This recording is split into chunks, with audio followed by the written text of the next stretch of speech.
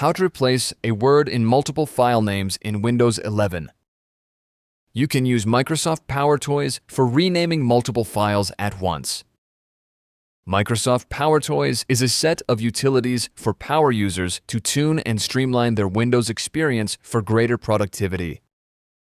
You can download and install Microsoft PowerToys for free from the Microsoft Store. Open File Explorer. Navigate to the files you want to rename. Select the files. Right-click the selected files. Click Rename with PowerRename.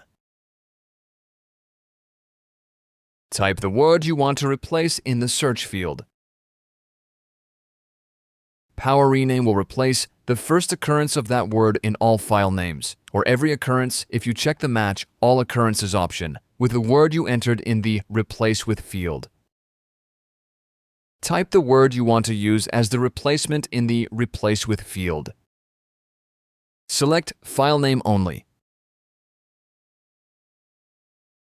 In the text formatting section, you can modify file names, such as capitalizing them or making each word's first letter uppercase. Click Apply.